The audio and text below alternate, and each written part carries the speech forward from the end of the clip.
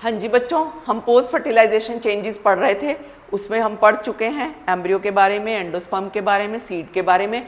अब हम पढ़ेंगे development of fruit. As ovules mature into seeds, जैसे जैसे ओव्यूल सीड में कन्वर्ट होते जाएंगे, ovary develops into a fruit, ovary fruit बनाती जाएगी।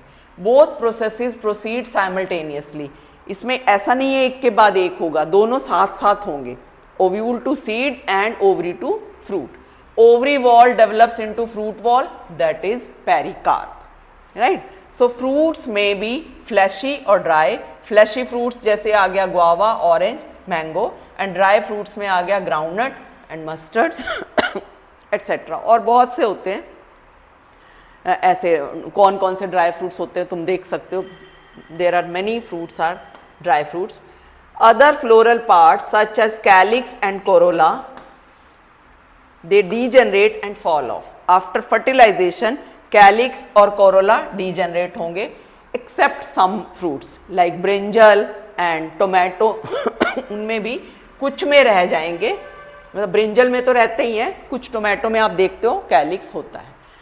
Now fruits are divided into two categories, true and false, right? True fruit उनको बोलते हैं जिनमें ओवरी ही फ्रूट में कन्वर्ट होती है, developing only from ovary. Fruits are developing only from ovary. For example, mango, banana, grapes, brinjal, these are true fruits.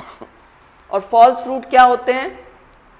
जिनमें ovary के साथ साथ और कोई भी फ्लोरल पार्ट पार्टिसिपेट करता है। They are developing from ovary along with accessory floral parts such as thalamus. तो thalamus भी उसमें पार्टिसिपेट करेगा, जैसे एप्पल है, पियर है, पीच है या फिर फिग है इनमें क्या करता है, आपने देखा होगा एप्पल जो खाते हैं हम, वो एक्चुअल में वो फॉल्स फ्रूट है, क्योंकि उसका जो पल्प है जो हम खाते हैं एडिबल है, वो थैलेमस है, राइट? जो ओवरी वाला पार्ट कन्वर्ट होता है फ्रूट में, वो सेंट्रल पार्ट है जो हम थ्रो कर देते हैं, राइट? ये देखो, ये एप्पल है, एक्चुअली ये ओवरी की डेवलपमेंट है जिसको हम थ्रो करते हैं, और ये बाहर सारा पार्ट है जो ये थैलेमस है जिसको हम खाते हैं, और ये इसी का ही LS दिखाया हुआ है एप्पल का, और ये TS दिखाया हुआ है, राइट? तो इसमें आपको बच्चों लेबलिंग आ सकती है कि ये इसको क्या बोलेंगे, सीड कौन सा है, और इसमें एंडोकार्प कौन सा जो अंदर की लेयर होती है, बिल्कुल अंदर की तरफ है, और मीजोकार्प कौन सी है ये वाली बता देंगे। एपिकार्प जो आउटर लेयर है उसको बोलेंगे हम एपिकार्प। ये आप 11th में भी अच्छे से पढ़ चुके हो। और ये स्ट्रॉबेरी के अंदर दिखाया हुआ है, ये जो थैलेमस हम खाते हैं, और इसके फ्रूट को बोलते हैं एकीन। फ्रूट की टाइप है, बहुत डिटेल में आपके सिलेबस में नहीं है।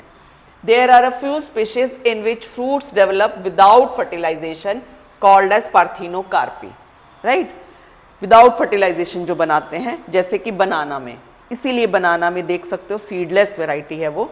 It can be induce through growth hormones to produce seedless fruits. हमने पढ़ा था लास्ट ईयर भी प्लांट ग्रोथ वाले चैप्टर में कि हम ग्रोथ हार्मोन अप्लाई करके सीडलेस वेराइटी को बना सकते हैं, राइट? अब देखते हैं what are the advantages of seeds to angiosperms. Formation of seed is more advantageous to flowering plants as there is no need of water for reproductive processes. आपने देखा टेरिडोफाइट्स में भी, ब्रायोफाइट्स में भी, और इवन जिम्नो में भी, मतलब they need water for their sexual reproduction, but in this case no need of water for seed formation, right? और इसके अलावा मतलब इसमें बोल सकते हैं seeds are more dependable. Flower के अंदर ही अपना ऐसा स्ट्रक्चर बना हुआ है कि सीड फॉर्मेशन के लिए वाटर की कोई ज़रूरत नहीं है, कोई किसी के ऊपर डिपेंड होने की ज़रूरत नहीं है।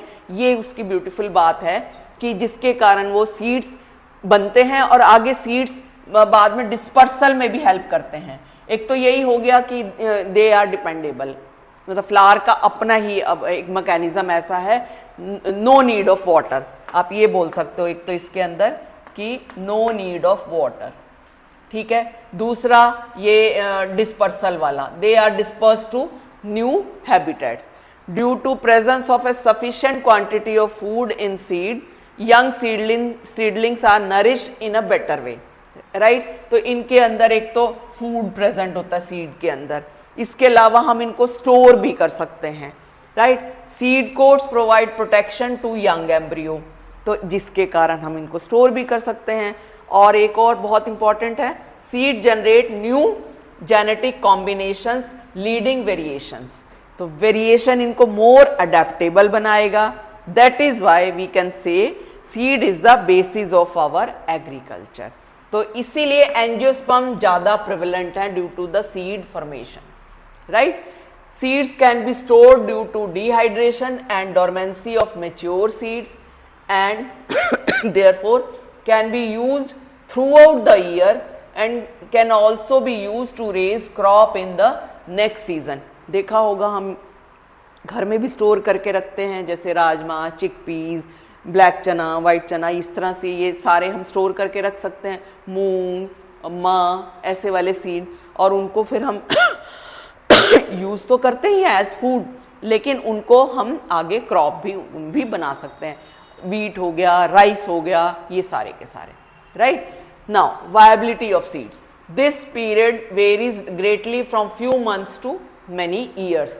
मेनी ईयर्स, ध्यान रहे, मतलब मंथ्स टू मेनी ईयर्स। इसके ब्यूटीफुल एग्जाम्पल दिए हुए हैं। Some seeds remain viable for hundreds of years, for example oldest seed that is lupin, lupinus arcticus, ये एनसीईआरटी का एग्जाम्पल है। Excavated from Arctic tundra, this seed germinated after 10,000 years of dormancy।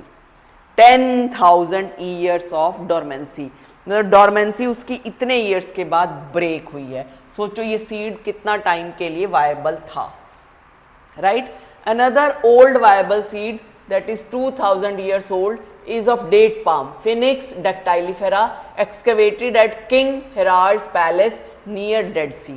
ये भी आपको example NCERT का ही दिया हुआ है, याद करना पड़ेगा।